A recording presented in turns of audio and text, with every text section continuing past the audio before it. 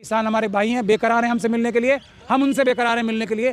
दोनों ताकतें बहुत जल्दी आपस में मिलेंगी। चौधरी चरण सिंह किसानों के साथ ये जो बमबारी हो रही है, आंसू गैस की बमबारी, ये देखकर वो तुरंत भारत रत्न वापस कर देते। अगर मोदी जीते तो क्या वाकई हिंदू राष्ट्र बन जाएगा और संविधान खत्म हो जाएगा, लोकतंत्र समाप्त हो जाएगा? हेलो दोस्तों, नमस्कार। एक बार फिर से आप सभी का स्वागत करता हूं। देश में एक बार फिर से किसान आंदोलन की शुरुआत हो चुकी है। किसान आंदोलन 2.0 शुरू हो चुका है, लेकिन बड़े अफसोस के साथ आपको ये सूचित करना पड़ रहा है कि शंभू बॉर्डर के पास किसानों को रोक दिया गया है। बड़ी बड़ी दीवारें बना दी गई हैं, कील लगा दिए गए हैं और किसानों का आना दिल्ली में प्रवेश करना मुश्किल हो रहा है। हमारे साथ हैं सुप्रीम कोर्ट के सीनियर एडवोकेट महमूद प्राचा साहब। आइए इनसे मामले को समझते हैं। महमूद जी, क्या आप लोग भी किसानों के साथ हैं? किसानों की लड़ाई लड़ेंगे? आप लोग भी सुप्रीम कोर्ट में लड़ेंगे? किसान देश के मालिक हैं, बाकी जनता के साथ साथ जो, और उनकी डिमांड्स बढ़िएगा। पहले बार उनकी डिमांड सिर्फ अपने लिए है ही नहीं, देश की हर एक नागरिक के लिए उनकी डिमांड है। ध्यान से पढ़ी जाए पहले तो, ये महत्वपूर्ण बात है। खेती और मजदूरों के लिए उनकी मांग है, देश के आम नागरिकों के लिए उनकी मांग है, सबके लिए उनकी मांग है। तो वो तो पूरे देशवासियों का ख्याल रख के काम कर रहे हैं अपना, और देश की जनता की खाद्य गारंटी, आने वाले टाइम में जो खाद्य सुरक्षा है उसको ध्यान में रख के, क्योंकि अडानी, अंबानी और चाइनीज़ कंपनीज मिलके मोदी जी ने एक टीम बनाई है। वो देश की जनता की जो ये किसानों की ज़मीनें हैं और जो देश की ज़मीनें हैं उन पे कब्जे करने के लिए सारा किसान के जो 3 बिल लाए गए थे वो लाए गए। अब मोदी जी ने उस वक़्त, क्योंकि इतना बड़ा प्रेशर बन गया था, तो उन्होंने विड्रॉ कर लिए। अब किसानों को ये बात समझ में आ गई है कि इस इलेक्शन में अगर मोदी जी को हमने नहीं कंट्रोल किया और ऐसे पुख्ता तरीके से नहीं गारंटी ली कि अब दोबारा ऐसे कभी गंदे घिनौने कानून नहीं आएंगे, तो ये इलेक्शन जीतते ही अगले दिन ये कानून ले आएंगे, फिर हम इनका कुछ नहीं कर पाएंगे। तो इसीलिए किसान सही टाइम पे आए, मोदी जी को हटा देंगे। अगला जो भी आएगा वो इतनी बड़ी बेईमानी और धोखाधड़ी नहीं करेगा। ये किसानों का बिल्कुल सीधा सीधा जो तरीका है वो बिल्कुल सटीक है। वकील नहीं, पूरी दिल्ली की जनता, पूरे देश की जनता किसानों के साथ साथ खड़ी है। हम उन्हें वेलकम करते हैं। मैं दिल्ली का नागरिक हूँ और मैं ओरिजिनल नागरिक हूँ। सैकड़ों साल से हमारा परिवार यहाँ रहता है। तो आपको कागज दिखाना पड़ेगा, तब पता चलेगा ओरिजिनल है कि नहीं। कागज तो हर एक SC, ST, OBC और माइनॉरिटी के व्यक्ति को दिखाना ही पड़ेगा, मगर कागज दिखाने की जरूरत तो, दिखवाने की तो जरूरत नहीं कर पा रहे ना। अमित शाह जी बोल रहे हैं बार बार करो, हिम्मत तो करो, दिखाएंगे फिर तुम्हें। अब तो किसान भी आ गए, SC, ST, OBC और सारे माइनॉरिटीज़ के लोग तैयार हैं। करो, शुरू करो, हम दिखाएंगे तुम्हें। पिछली बार 750 किसानों की जान चली गई थी। अब इस बार कील लगा दिया गया, बड़ी बड़ी ऊंची दीवारें बना दी गई हैं। अगर कोई हादसा हो जाए, हताहत कोई घटना घट जाए, तो उसके लिए जिम्मेदार कौन? अमित शाह जी ने बहुत बढ़िया प्लान बनाया है। विदेशों से पता नहीं कहाँ से ये ड्रोन, बम फेंकने वाले ड्रोन इंपोर्ट किए हैं। ये पाकिस्तान के बॉर्डर पे तो लगाए नहीं इन्होंने।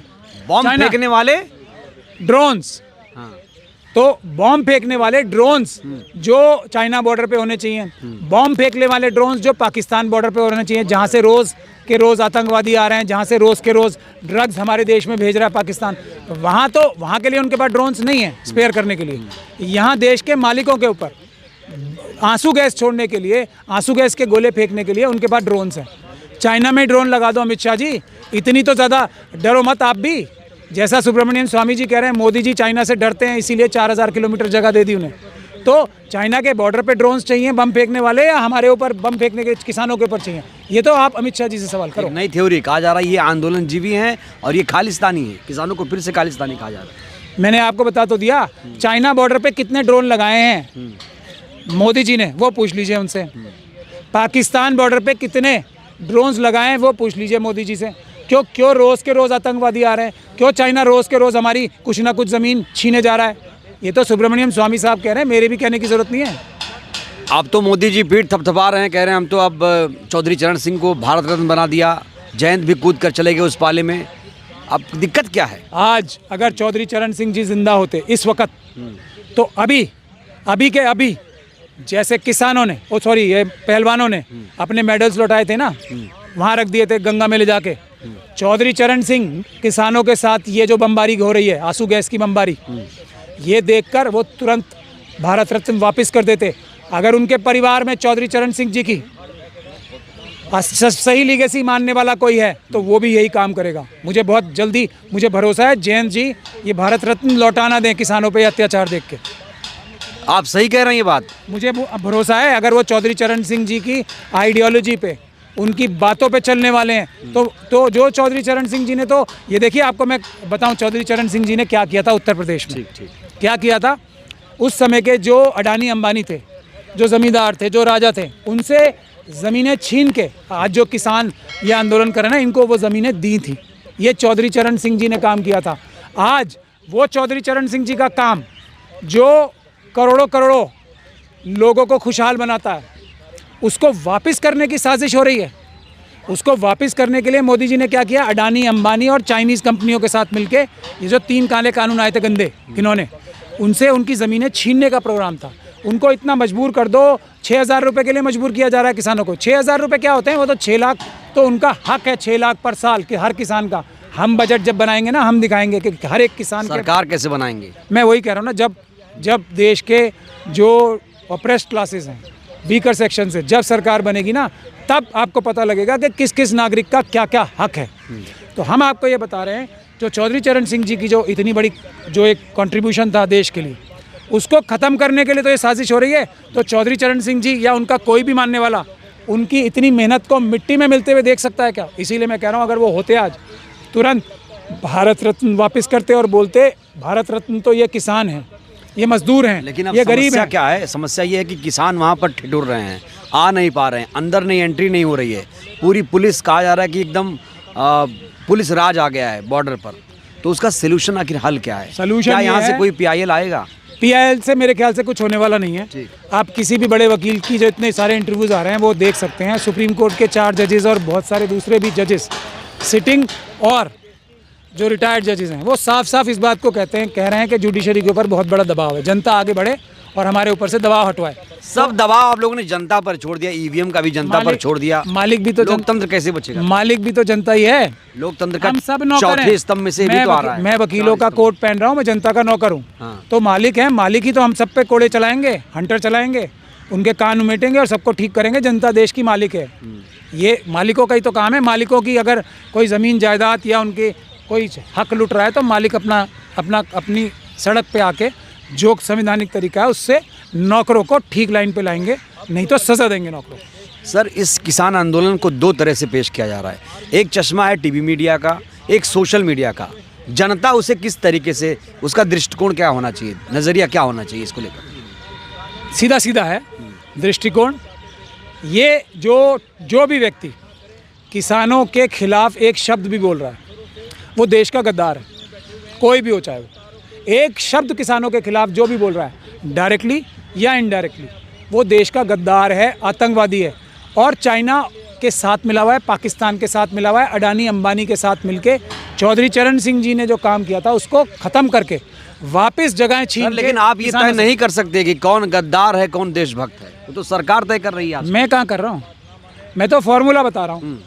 चाइना तो ये फॉर्मूला सरकार को फिट नहीं बैठ रहा है, वही कह रहा हूँ। नहीं, क्यों बैठेगा? क्योंकि सुब्रमण्यम स्वामी जी खुद कह रहे हैं, मोदी जी ने 4,000 किलोमीटर चाइना को जगह दे दी। हम भी तो यही कह रहे हैं, वो 4,000 किलोमीटर ही नहीं चाइना उनसे चाहता है। असली देशभक्त सरकार मिली, आप लोग चाइनीज होने का आरोप लगाते हैं। मैं कहाँ कह रहा हूँ ये। हाँ।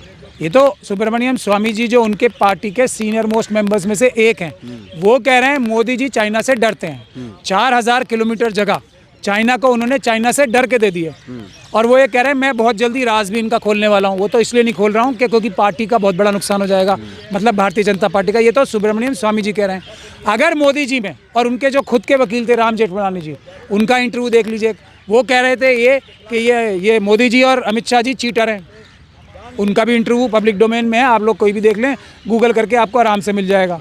तो ऐसे व्यक्तियों को ये चाइना के साथ, ये 4,000 किलोमीटर ही नहीं, हर किसान की ज़मीन छीन के चाइना को देने का काम करने वाले हैं। इसीलिए तो देश के नागरिक जो जाग गए हैं, इसीलिए तो किसान जो हैं इस चाइना की साजिश को पहचान के आज यहाँ अपनी जानों पे, जान हथेली पे रख के लड़ रहे हैं। किस तरीके से? जो ड्रोन्स हमारे पैसे से इसलिए खरीदे थे कि चाइना बॉर्डर पे लगाएंगे, हमारे पैसे से इसलिए खरीदे थे कि पाकिस्तान बॉर्डर पे लगाएंगे, उनका प्रयोग। और ये जो हमारे ऊपर जो डॉक्टर रितु का आंदोलन चल रहा है ना, वहाँ पे जो लोग, जो रैपिड एक्शन फोर्स के लोग थे, वो मुझे लाठियों से मारते टाइम रो रहे थे ये कह रहे थे सर हमें ये इस काम पे लगा रखा है अमित शाह जी ने और हम ये मोदी जी ने, हम लोग तो चाइना से जाके लड़ना चाहते हैं, आप लोगों को क्यों मारना पड़ रहा है हमें। वो तो रो के हमें लाठी मार रहे थे। यही काम वहाँ की पुलिस के ज़्यादातर लोग रो रहे होंगे, आप जाके सीक्रेट कैमरे से उनकी बोले तो क्या ये किसानों के ऊपर सर क्या ये पुलिस राज है? ये अमित शाही राज है, ये मोदी शाही राज है, ये चाइनीज राज लाने की कोशिश हो रही है। किसानों की ज़मीनें छीनकर चाइना को अडानी अंबानी के माध्यम से। अब क्या यूपी की जमीन भी दे देंगे चाइना को, आप ये कह रहे हैं? मैं वही तो कह रहा हूँ, उत्तराखंड से तो चाइना नहीं कितनी दूर है। देश की ज्योग्राफी तो देखो आप। उत्तराखंड में ये जो क्यों बवाल मचवाया जा रहा है, हल्द्वानी क्यों हो रहा है, ताकि मणिपुर क्यों हो रहा है, पाकिस्तान के बॉर्डर पे पंजाब में क्यों लॉ एंड ऑर्डर व्यवस्था खराब की जा रही है, कश्मीर में क्यों की जा रही है, क्यों हिमाचल में लॉ एंड ऑर्डर प्रॉब्लम की जा रही है, नॉर्थ ईस्ट में, सारे नॉर्थ ईस्ट में कौन कर रहा है। अमित शाह जी वहाँ पे 4 दिन बैठ के आए। क्या भारत के होम मिनिस्टर में इतनी ताकत नहीं होती कि एक छोटा राज्य जो है, पीसफुल राज्य है, वहाँ पे शांति स्थापित कर सके? करा ही वो रहे हैं। सारे बॉर्डर लाइन एरियाज़ पे जो ये अशांति पैदा की जा रही है, ये देश को कमज़ोर करने की साजिश है। ये हिंदू राष्ट्र जो मांगना चाह रहे हैं ना, ये उनकी साजिश है। ये भारत का संविधान जो भारत को एक रखता है, भारत को मजबूत रखता है, भारत को दुनिया की सबसे बड़ी ताकत बनाने की शक्ति रखता है, उसको ख़त्म करने की जो बात कर रहे हैं वो देश के गद्दार हैं, गद्दार हैं। तो अगर मोदी जीते तो क्या वाकई हिंदू राष्ट्र बन जाएगा और संविधान खत्म हो जाएगा, लोकतंत्र समाप्त हो जाएगा, ऐसा है? ईवीएम के माध्यम से, पहले तो ईवीएम के माध्यम से चुनाव नहीं होने देंगे। फिर ये सवाल ही हाइपोथेटिकल नहीं, बिल्कुल गलत सवाल हो गया। ईवीएम से चुनाव नहीं हुए तो मोदी जी की 40 सीटें मैं नहीं कह रहा हूँ ईवीएम से चुनाव होगा, मतलब फ्रॉड होगा। मुझे मतलब ईवीएम से चुनाव आयोग पर पूरा विश्वास है। आपको चुनाव आयोग की चोरी करने की क्षमता पे पूरा विश्वास है। मोदी जी और जो अडानी जी हैं, अंबानी जी हैं, उनकी चोरी करने की क्षमता पे पूरा विश्वास है। थोड़ा विश्वास देश की जनता भी रखिए, वो क्या करेंगे वो भी देखिए। लेकिन ईवीएम को लेकर चुनाव आयोग उतना संवेदनशील लग नहीं रहा है अभी फिलहाल देखा जाए तो। फिर आप चोर से कह रहे हो चोरी। अडानी से ये कहो कि तुमने जो ये 50 लाख करोड़ के करीब पैसा देश की जनता का चुराया है, विदेशों में रखा है, वो वापस दे दो। तो ये तो वो वाली बात हो गई। आप ऐसे अडानी जी दे देंगे? कभी नहीं देंगे। वो तो ये कहेंगे मैंने अपनी मेहनत से, मेरे जो दादाजी थे वो एक एक पैसा इकट्ठा करके आज हमने जो इतना 50 लाख करोड़ बनाया है, मेरे दादाजी के टाइम से बन रहा है। वो तो यही कहेंगे ना, ये थोड़ी कहेंगे मोदी जी के साथ मिलकर चुराया है मैंने। तो सर किसानों को अब क्या कहेंगे, जो तमाम देश के किसान? ये कहेंगे पूरी दिल्ली के नागरिक इधर बेकरार हैं आपसे मिलने के लिए, आप उधर बेकरार हो हमसे मिलने के लिए। आप उधर से आगे बढ़ो, हम इधर से आएंगे आपकी तरफ। वकील आएंगे देश के, जो दिल्ली के जो नागरिक हैं, जो यहाँ पे इतने सारे आंदोलन चल रहे हैं, हम सब आपकी तरफ बढ़ेंगे, आप हमारी तरफ बढ़ो। देश के जो 2 मालिक हैं वो आपस में मिलेंगे और हम सब लोग दिल्ली में बैठेंगे।